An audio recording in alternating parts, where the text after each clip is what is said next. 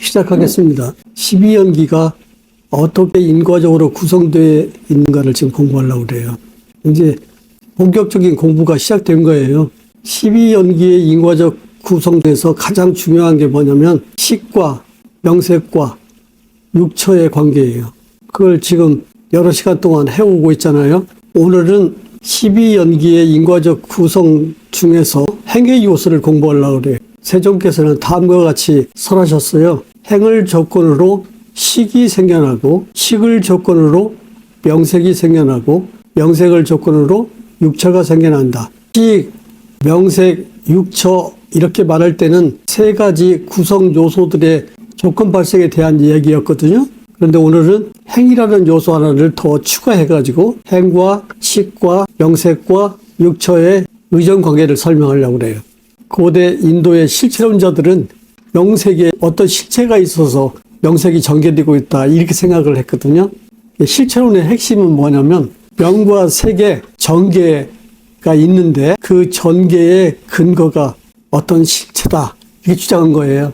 그러니까 세종께서는 명색의 전개가 실체를 근거로 해서 일어나는 게 아니고 식을 근거로 해서 일어난다는 것을 최초로 발견한 사람이에요. 그래서 식과 명색의 의존적 발생, 식과 명색의 의존관계가 그렇게 중요한 거예요. 그랬더니 세존의 일부 제자들이 식이라는 놈이 실체인가 보다 이렇게 오해를 했나 봐요. 경에 식이 실체가 있어가지고 윤회한다고 생각한 제자가 있기 때문에 그 제자를 불러서 세종께서 꾸중하는 장면이 나와요.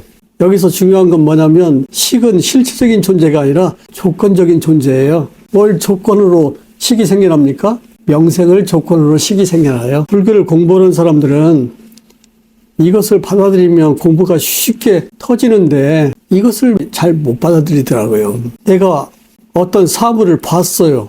어떤 사물을 봤다는 것은 정확하게 표현하면 이런 뜻이에요. 그 사물을 보고 그것을 식별하는 식이 생겨났다 이런 뜻이에요. 근데 우리는 이렇게 말을 쓰지 않잖아요. 그냥 내가 봤어, 내가 들었어, 내가 냄새를 맡아봤어, 내가 맛을 봤어, 내가 감촉을 느꼈어, 내가 생각했어. 그런데 사실은 보고 듣고 내지 생각하는 이 인식이 일어나려면 그것을 조건으로 식이 발생해야 돼요. 그러니까 인식이 일어나는 배후에 어떠한 실체도 없다 이런 뜻이죠. 그런데 그 명색이 전개되는 것이 어디냐면 개인이 모두 가지고 있는 육처라고 하는 이 몸뚱이 안에서 일어난다 그런 뜻이에요. 이번 시간에는 우리가 갖고 있는 이 몸에 대한 이해를 잘 해야 돼요. 세조는 당신의 깨달음을 어디에서 발견하게 된다면 육처에서 발견했어요. 여러분이 육처라고 하면 그냥 6가지 인식이 일어나는 곳 이렇게 생각하는데 사실은 육처는 어디냐면 이 몸이에요. 이 몸. 개인마다 가지고 있는 그 몸을 육처라고 해요. 명색이라는 것은 개인이 인식할 수 있는, 즉 육처에서 인식할 수 있는 일체의 존재를 명색이라고 그래요. 그런데 이 명색이 실체를 근거로 생겨나는 것이 아니고 식을 근거로 생겨난다. 그러니까 명색도 조건 발생이고 식도 조건 발생이다. 이것을 최초로 발견한 사람이에요. 오늘부터는 인과적 요소 행이 추가돼가지고 행을 조건으로 식이 생겨나고 식을 조건으로 명색이 생겨나고 명색을 조건으로 육처가 생겨난다.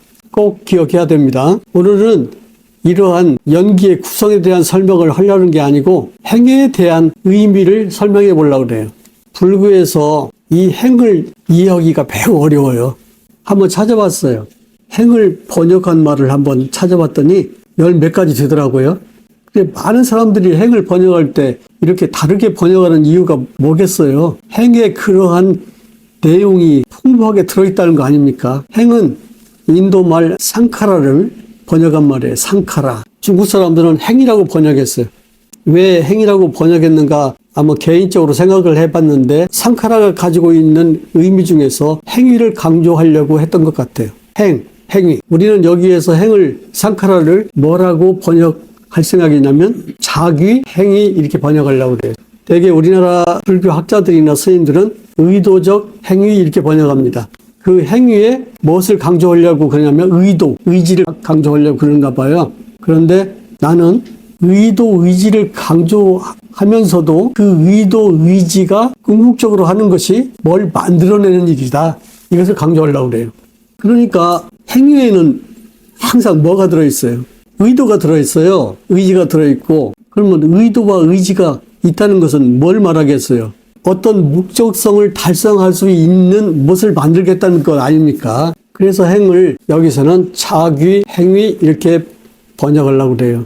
자귀라는 건 뭐예요? 만든다 이 말이에요.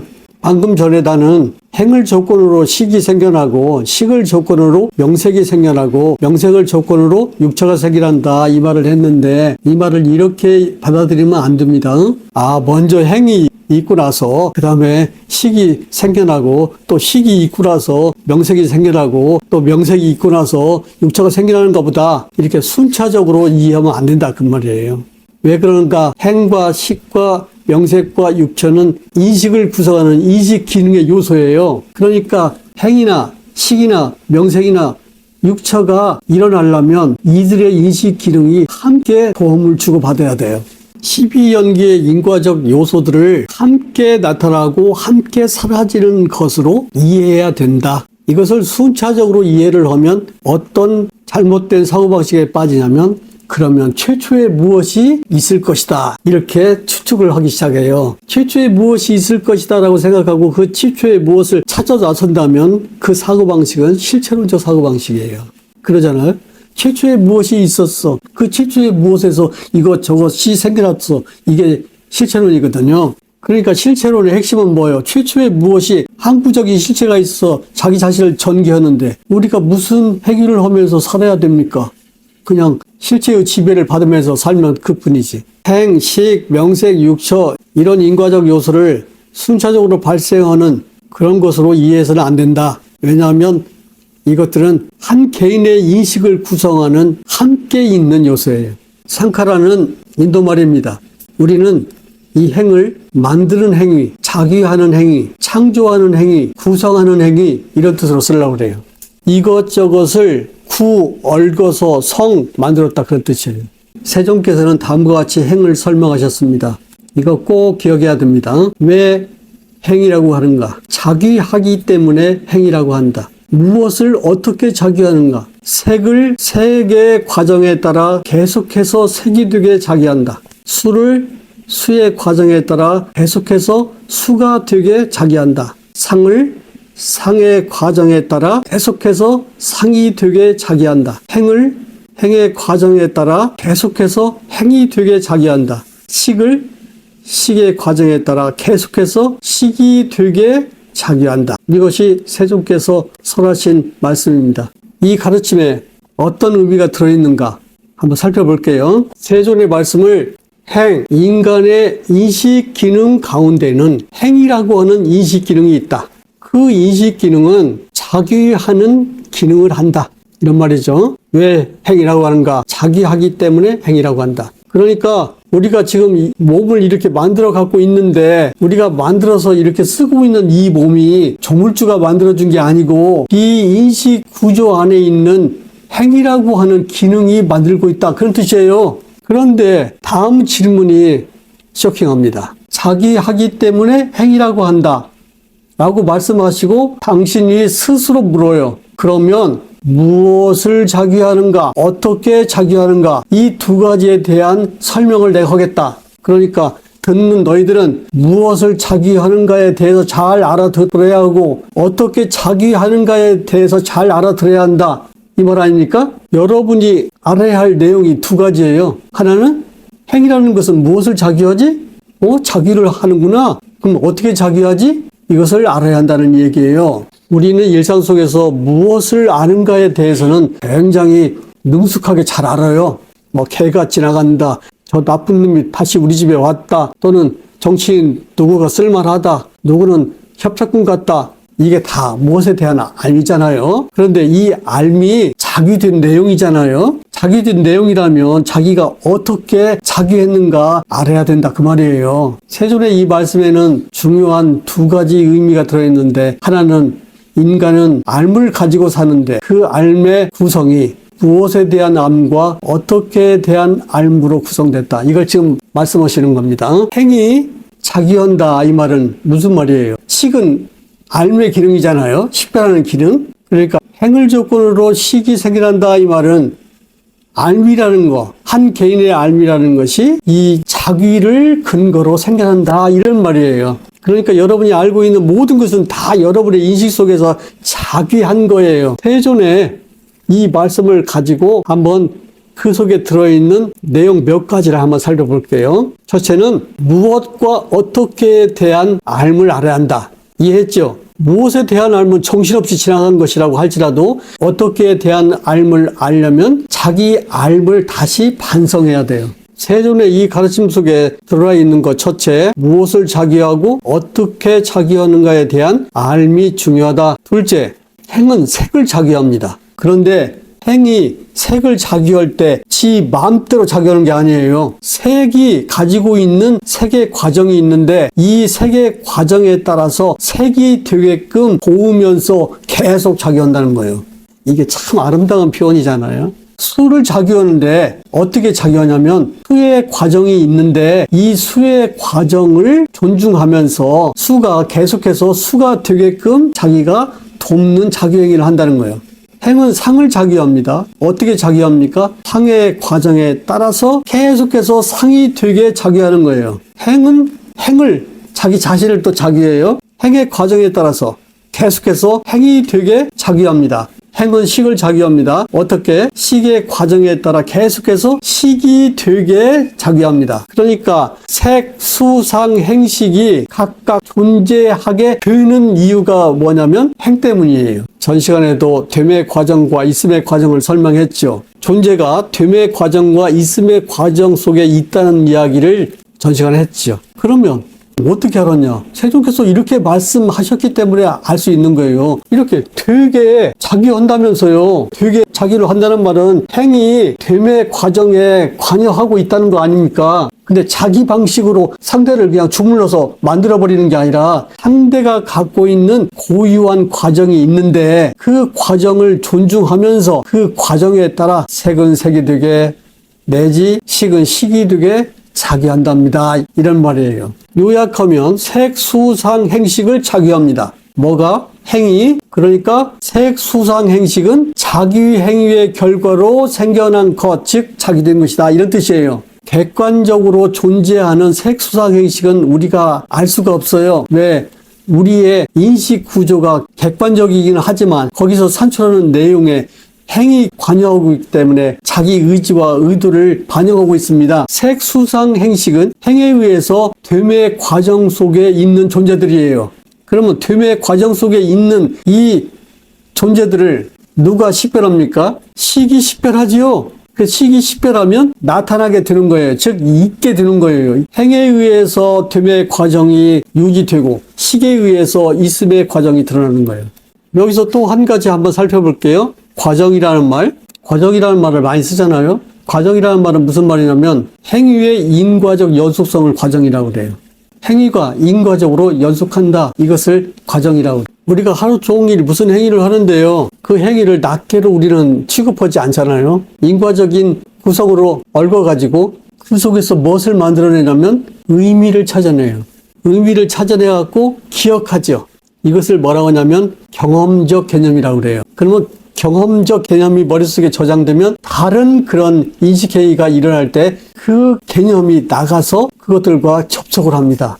그러니까 여러분이 아무리 새로운 인생을 살려고 해도 여러분의 인식은 새로워지기가 어려워요. 못하지 않는 한, 그 인식의 잘못된 구성을 해치우지 않는 한. 과정은 행위의 연속성을 이루는 말입니다. 근데 이 연속성을 만들어주는 게 뭐냐면 인과적 구성이에요. 우리의 정신 속에는 이러한 능력이 있답니다. 그런데 중요한 것이 이 행위의 인과적 과정이 색, 수, 상, 행식에 각각 있다는 거예요. 근데 이게 고유한 과정이라는 거예요. 고유한. 여기서 착각하면 안 돼요. 내가 고유한 과정이라고 그랬지 고유한 실체가 있다고는 말 안 했는데 내 말을 흘려들어가지고 고유한 실체가 있다고 착각을 했대. 이 과정은 무엇과 관계가 있냐면 성질과 관계가 있어요. 그래서 색의 과정을 색성이라고 중국 사람들이 번역했어요.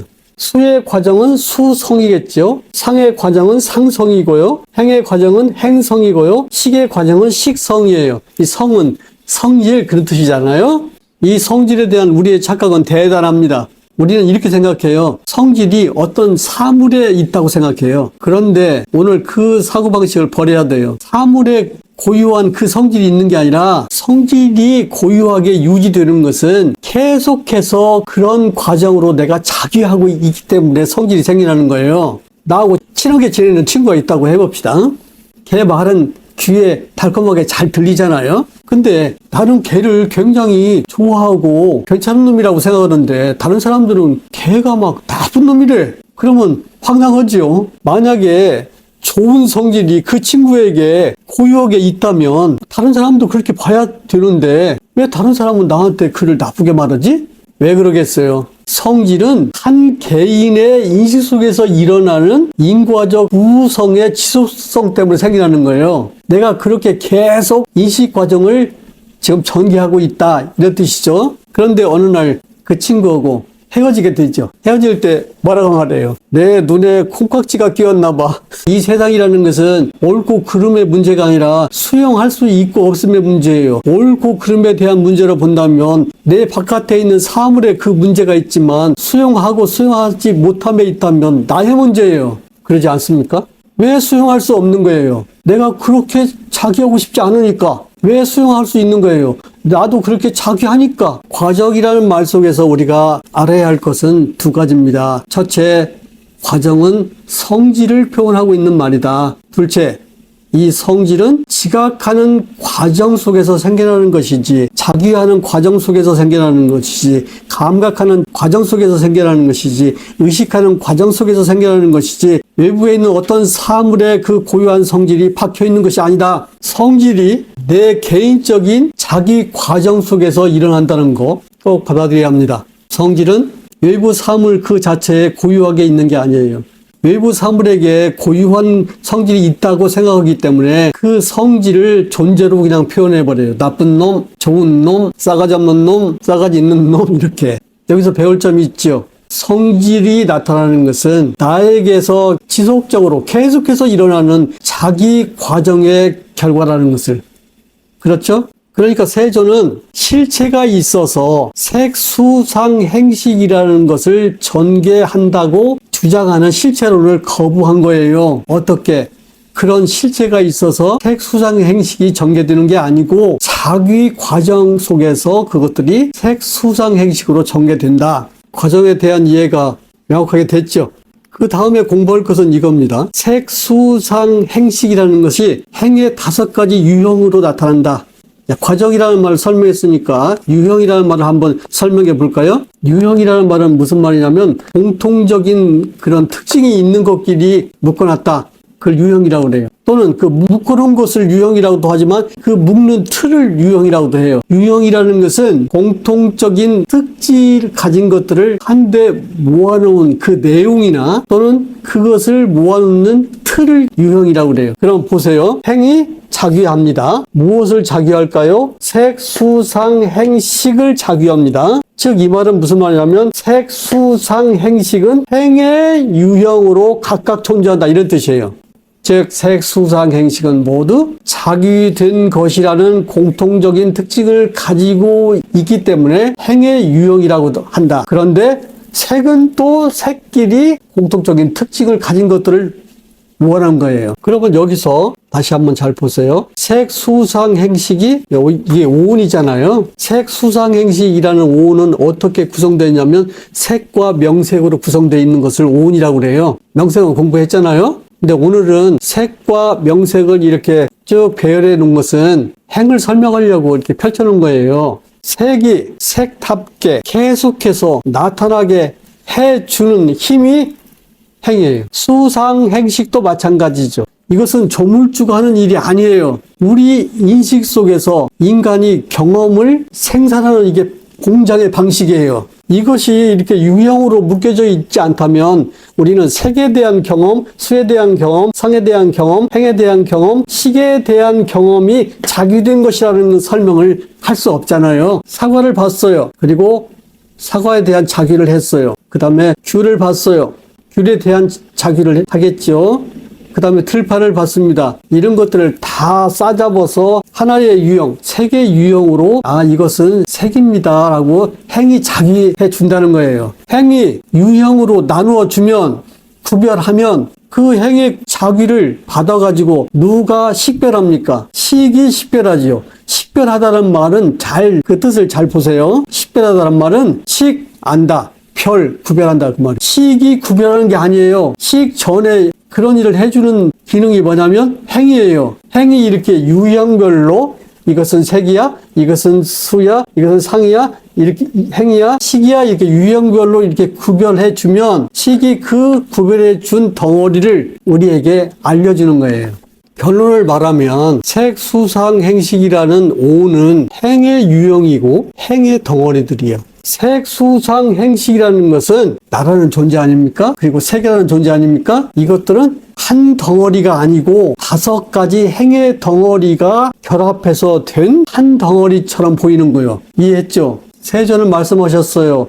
이 5덩어리의 덩어리를 뭐라고 하냐면 재행이라고 그래요. 재행. 사실 여기서는 5덩어리의 행말을 지금 설명했는데 안이비설신의 색성향 미촉법, 안식, 이식, 비식, 내지 의식 이 18개도 모두 다 행의 덩어리예요. 그래서 싸잡아서 재행, 모든 행, 여기 그림으로 나타난 색, 수, 상, 행식은 재행이라고 표현되는데 이것은 각각 고유한 5가지 덩어리로 결합되어 있다. 이 5가지 고유한 덩어리를 하나씩 우리가 볼 수 있는 눈을 길러야겠는데 그 눈이 사티요. 그런데 보십시오. 세계 과정을 행이 자귀합니다. 근데 이 세계 과정은 2가지 유형이 있어요. 하나는 내적인 세계 과정이 있고요. 하나는 외적인 세계 과정이 있어요. 이 색, 수, 상, 행식 이 5가지 오운의 유형들이 모두 행의 유형인데 이 색, 수상, 행식들은 다시 내적인 유형과 외적인 유형으로 자기됩니다. 내적인 유형의 색은 나라고 하는 물리적 존재를 구성하지요. 외적인 유형의 색은 외부 세계를 구성하지요.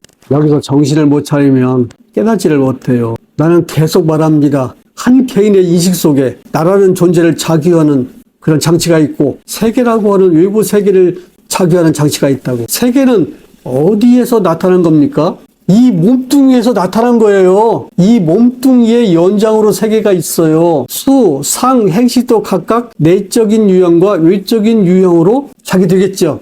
그러면 내적인 유형의 색, 수, 상, 행식은 나라고 하는 존재를 자기하고요. 그 다음에 외적인 색, 수, 상, 행식의 유형은 세계라고 하는 존재의 세계를 자기하겠죠. 나라는 존재와 세계라는 존재 이거 합하면 전부 뭡니까? 모든 존재예요. 세존은 이 세상의 모든 존재가 재행이라는 것을 가르쳤어요. 자기된 것으로 존재한다. 재행이란 뭐예요? 재행이란 뭐냐면 세존께서 일체의 존재를 인식 속에서 달리 표현한 말이에요. 그러면 제법이라는 말도 인식 구성 속에서 찾아낸 존재의 다른 표현이겠죠. 오늘은 재행만 지금 하고 있는 거예요. 세존께서 다음과 같이 말씀하셨어요. 상과 의가 있는 이 몸 안에 세계가 있고 세계의 발생이 있고 세계의 소멸이 있고 세계의 소멸로 인도하는 길이 있다. 내가 가장 소중하게 여기는 말입니다. 상과 의가 있는 이 몸이라는 것은 무엇을 가리키냐면 개인이 가지고 사는 육처의 현장을 말하는 거예요. 6가지 인식 기능이 일어나는 그 생생한 현실의 현장, 이게 우리의 몸이에요. 이 몸은 육처라고 하는 말로 바꿔질 때 어떤 기능이 확 드러나냐면 세계를 발생시키고 소멸시키는, 그리고 잘못하면은 무명 속에 떨어져서 윤회하고 정신 차리면 해탈해서 행복하게 사는 길이 이 안에 있다고. 몸 안에 인간이 겪고 있는 이 무시무시한 괴로움 속에서 세존이 찾아낸 것은 이 모든 재행을 존재라고 생각할 때 인간은 괴로움을 겪는다는 거예요. 내가 태어날 때 이 몸을 받았잖아요. 이 몸을 만든 것은 뭡니까? 행위예요. 자기의 어떤 행위가 있어서 그 몸이 자기 돼서 만들어진 거예요. 창조된 거예요. 여러분은 이 생에 뭘 하고 왔냐? 돈 벌어서 떵떵거리려고 온 게 아니고 행복한 삶을 사는 존재를 창조하기 위해서 왔어요. 창조가 가능하냐? 가능하지요. 왜? 이 몸 안에 상과 의가 있단 말이에요. 상과 의가 있다는 말은 무슨 말이에요? 의라고 하는 정신 기능 속에서 수상핵이라고 하는 심적인 기능을 만들어내는 그런 장치가 우리에게 있다. 그 장치에 의해서 내적으로 작용되는 것은 나라는 존재가 되고 외적으로 작용되는 것은 세계가 된다. 그러니 행복한 삶을 뭐냐면 세계를 사랑하는 일이에요. 여러분이 세계를 사랑할 줄 모른다는 것은 내 자신을 사랑할 줄 모르는 사람이에요. 세존은 다음과 같이 말씀하셨잖아요. 나는 걸어서 이 세상의 끝에 이른 사람이 있다고 말하지 않는다. 그러나 나는 이 세상의 끝에 이르지 않고서 괴로움을 소비하는 사람이 있다고도 말하지 않는다. 이 세계는 가도 어디냐면 지 몸뚱이 아니에요. 그래서 이 세상을 자기 몸뚱이로 받아들인 사람을 뭐라고 하냐면 법신을 얻었다 그 말이에요. 연기법을 몸으로 삼는 사람이다 그런 뜻이에요. 법신. 불교가 굉장히 아름다운 가르침이에요. 여러분은 이 세상과 대항해서 얻을 수 있는 것이 아무것도 없어요. 해밍웨이는 그의 소설에서 그걸 썼죠. 해밍웨이가 쓴 노인과 바다 이런 소설이 인간에게 심금을 울려주는 이유는 뭐예요? 결국 존재를 움켜쥐고 사는 삶은 허무가 기다리고 있다. 그래서 세존은 다음과 같이 또 말씀하셨어요. 세상에서 희생되지 않는 사람은 없다. 이때 세상은 어떤 세상입니까? 자기하고 동떨어져 있다고 생각하는 세상, 그걸 말하는 거죠. 이 세상이 이 몸에서부터 동떨어진 어떤 것이라고 생각하는 순간 세상은 우리를 삼켜버려요. 그러면 세상을 어떻게 봐야겠어요? 이 몸에서 생산되고 있는 이 살과 뼈의 연장선으로 봐야 돼요. 이런 말은 너무너무 무시무시한 말이라 함부로 할 수 없는 말이지만 우리가 그걸 목표로 해서 삶의 길을 찾아간다면 이 생의 삶이 그렇게 답답하지 않을 겁니다. 마치겠습니다.